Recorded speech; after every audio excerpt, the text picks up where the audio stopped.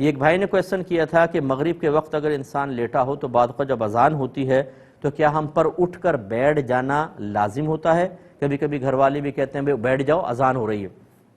دیکھیں مسئلہ یہ تھا کہ جب نبی کریم صلی اللہ علیہ وسلم کے دور مبارکہ میں اذان ہوتی تھی تو منافقین بھی ہوا کرتے تھے، یہ اسی طرح حرکتیں کرتے تھے، یعنی اذان کی طرف توجہ نہ کرنا، آپس میں باتوں میں مشغول رہنا، بے ادبی کے ساتھ لیٹے رہنا، کیونکہ انہوں نے دل سے اسلام قبول نہیں کیا تھا، یہ ظاہر سے صرف کلمہ پڑھتے تھے۔ تو اس لیے فقہاء نے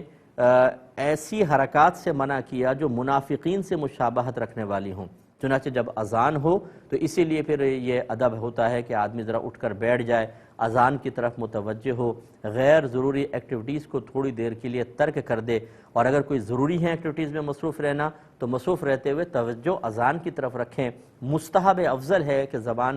اذان کے الفاظ کو اپنی زبان سے ادا کر دے، جس کو اذان کا جواب دینا کہتے ہیں، یہ مستحب ہوتا ہے، اور عملی جواب یعنی جماعت کے لیے جانا یہ واجب ہوتا ہے۔ تو یہ اس طریقے سے ادب احترام کا معاملہ، تو اس لیے اٹھ کر بیٹھ جانا، لیٹے رہنا، اس کو میں گناہ نہیں کہہ رہا ہوں، لیکن اس میں ایک طریقے سے منافقین سے مشابہت کی وجہ سے بے ادبی کا پہلو ضرور ہے، اس سے اجتناب کرنا چاہیے۔